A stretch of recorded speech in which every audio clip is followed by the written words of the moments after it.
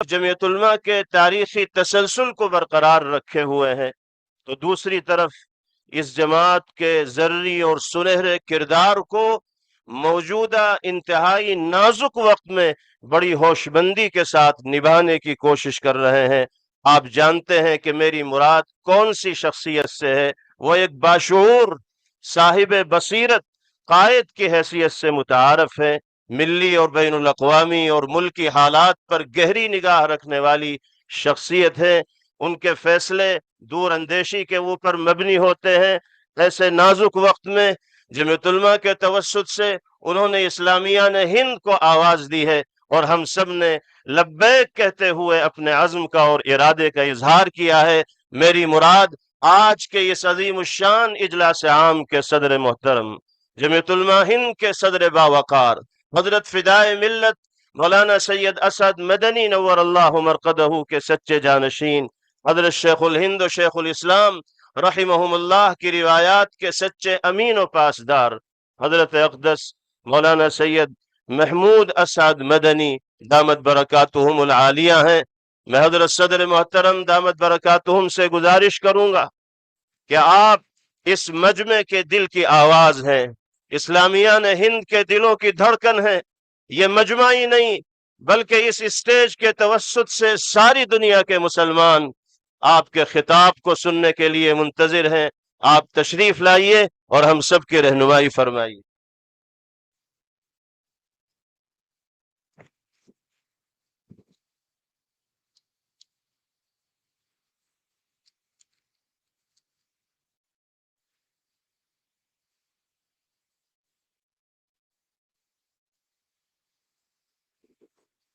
الحمد لله نحمده ونستعينه ونستغفره ونؤمن به ونتوكل عليه ونعوذ بالله من شرور أنفسنا ومن سيئات أعمالنا من يهده الله فلا مضل له ومن يضلل فلا هادي له ونشهد أن لا إله إلا الله وحده لا شريك له ونشهد أن سيدنا ومولانا محمدا عبده ورسوله صلى الله تعالى عليه وعلى آله وصحبه وبارك وسلم۔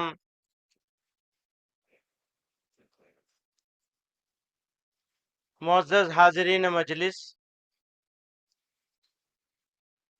جمعیت علماء ہند کے اس 34ویں اجلاس عام میں ملک بھر سے تشریف لائے ہوئے جمعیت علماء کے فعال، متحرک اور ذمہ دار کارکنان اس مجلس میں موجود ہیں۔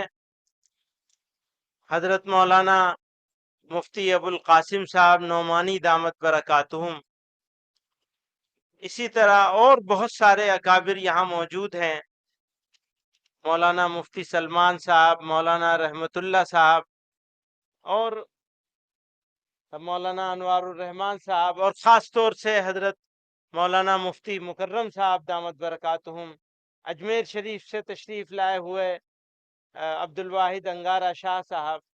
یہاں ہمارے بہت سارے اساتذہ، بہت سارے احباب اور دوست موجود ہیں، مختلف مذاہب کے ذمہ داران موجود ہیں۔ ابھی بھی کچھ لوگ ہیں جن کی باتیں آپ نے سن لی، کچھ ہیں جو رہ گئے۔ ہم لوگوں کو اس اجلاس کو 1 بجے ختم کرنا ہے، اور صرف 20 منٹ رہ گئے ہمارے پاس۔ ہمارے 10-15 منٹ مائک کی خرابی کی وجہ سے بھی چلے گئے، تو ہم یہ کوشش کریں گے کہ اپنے اس اجلاس کو اپنے وقت پہ ختم کر لیں۔ تو میں تقریر کرنے کے بجائے جو جمعیت علماء کا اعلامیہ ہے وہ آپ کے سامنے پیش کرتا ہوں۔ اس کا عنوان رکھا ہے ملک و ملت کے نام پیغام، جمعیت علماء ہند مذہبی منافرت اور فرقواریت کو پورے ملک کے لیے عظیم نقصان تصور کرتی ہے، جو کہ وطن کی سالمیت کے لیے سخت خطرہ ہے۔ اور ہماری دیرینہ وراثت سے ہرگز میل نہیں کھاتی۔ تمام مذاہب کے دوستانہ اور برادرانہ رشتے ہمارے معاشرے کی قابل فخر اور پائیدار خصوصیات ہیں۔ ان رشتوں میں درار پیدا کرنا قومی جرم ہے۔ تمام انصاف پسند جماعتوں اور ملک دوست افراد کو چاہیے کہ متحد ہو کر شدت پسند اور تقسیم کرنے والی یعنی بانٹنے والی طاقتوں کا سیاسی اور سماجی سطح پر مقابلہ کریں اور ملک میں بھائی چارہ، باہمی رواداری اور انصاف کے تقاضوں کو پورا کرنے کے لیے ہر ممکن جد و جہد کریں۔ ہم امت کے نوجوانوں اور طلباء کی تنظیموں کو خبردار کرتے ہیں کہ وہ ہمارے وطن کے داخلی اور خارجی دشمنوں کے براہ راست نشانے پر ہیں۔ انہیں مایوس کرنے، بھڑکانے، گمراہ کرنے کا ہر حربہ استعمال کیا جا رہا ہے۔ انہیں نہ تو مایوس ہونا چاہیے، نہ صبر و ہوش کا دامن چھوڑنا چاہیے۔ جو نام نہاد تنظیمیں اسلام کے نام پر جہاد کے حوالے سے انتہا پسندی اور تشدد کا پرچار کرتی ہیں، وہ نہ ملک کے مفاد کے اعتبار سے اور نہ ہی مذہب اسلام کے روح سے ہمارے تعاون اور حمایت کی حقدار ہیں۔ اس کے برخلاف وطن کے لیے جانثاری، وفاداری، حب الوطنی ہمارا ملکی اور دینی فریضہ ہے۔ ہمارا دین اور ہمارا ملک سب سے پہلے ہے۔ ہمارا یہی نعرہ ہے، دین و وطن پر جان دینا، اس کے ناموس کے لیے مر مٹنا۔ ہمارے بزرگوں نے یہی سکھایا ہے۔ کسی بھی مہذب بھارت تنوعات اور تکثیری معاشرے کا حامل خوبصورت ملک ہے۔ اس کی خصوصیات میں سے بڑی خصوصیات تمام افکار و اعمال اور مراسم کے حامل لوگوں کو اپنی مرضی کی زندگی گزارنے اور نظریے پر چلنے کی آزادی ہے۔ اسے بچانے کے لیے گاندھی جی وغیرہ نے انتھک کوششیں کی ہیں۔ اس سلسلے میں جمعیت علماء ہند اور اس کے اکابر کی سعی و جد و جہد بھی بھارت کے ماضی و حال کی سنہری تاریخ کا ذری عنوان ہے۔ متحدہ قومیت اور ہندو مسلم یکجہتی کا فکر و فلسفہ ان کی عطا کردہ وراثت ہیں۔ اس کے مد مقابل کبھی اسلام، کبھی ہندوتو اور کبھی عیسائیت کے نام پر جس جارحانہ فرقہ واریت کو فروغ دیا جا رہا ہے، وہ ہرگز اس ملک کی مٹی اور خوشبو سے میل نہیں کھاتی۔ ہم یہاں یہ واضح کر دینا چاہتے ہیں کہ RSS اور BJP سے ہماری کوئی مذہبی یا نسلی عداوت ہرگز نہیں ہے، بلکہ ہمارا اختلاف نظریے پر مبنی ہے۔ ہماری نظر میں بھارت کے سبھی مذہبوں کے ماننے والے، چاہے وہ ہندو ہو یا مسلمان یا پھر سکھ، بودھ، جین، عیسائی، سبھی برابر کے شہری ہیں۔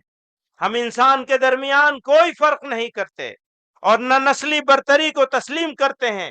RSS کے سرسنگ چالک کے حالیہ ایسے بیانات جن سے باہمی میل جول اور قومی یکجہتی کی حوصلہ افزائی ہوتی ہے، ہم استقبال کرتے ہیں، ہم ان کا سواگت کرتے ہیں۔ اسلامی تعلیمات کے مطابق دوستی کے لیے بڑھایا جانے والا ہاتھ آگے بڑھ کر مضبوطی سے تھام لینا چاہیے۔ لہذا انہیں اور ان کے ماننے والوں کو گرم جوشی کے ساتھ دعوت دیتے ہیں، آئیے آپسی بھید بھاؤ کو مٹائیں، بغض و عناد، دشمنی کو بھول کر اپنے پیارے وطن کو دنیا کا سب سے ترقی یافتہ، مثالی، پرامن اور سپر پاور ملک بنائیں۔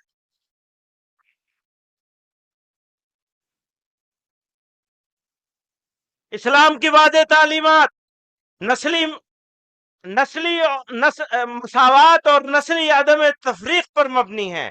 اسلام کی واضح تعلیمات مساوات اور نسلی عدم تفریق پر مبنی ہے، لیکن اس کے باوجود مسلمانوں میں پسماندہ برادریوں کا وجود زمینی حقیقت ہے۔ اس میں کوئی شک نہیں کہ پسماندہ برادریوں کے ساتھ امتیازی سلوک مذہبی، اخلاقی اور انسانی نقطہ نظر سے قابل مذمت ہے۔ اجلاس عام کے موقع پر ہم یہ اعلان کرنا چاہتے ہیں، دھیان سے سنیے گا، ہم یہ اعلان کرنا چاہتے ہیں کہ جو زیادتیاں ذات پات کے نام پر ہوئی ہیں، ان پر ہمیں شرمندگی ہے اور ان کو دور کرنے کا ہم عہد کرتے ہیں کہ ہم مسلمانوں میں سماجی، معاشی، تعلیمی ہر زاویے سے مساوات قائم کرنے کی ہر ممکن جد و جہد کریں گے انشاءاللہ۔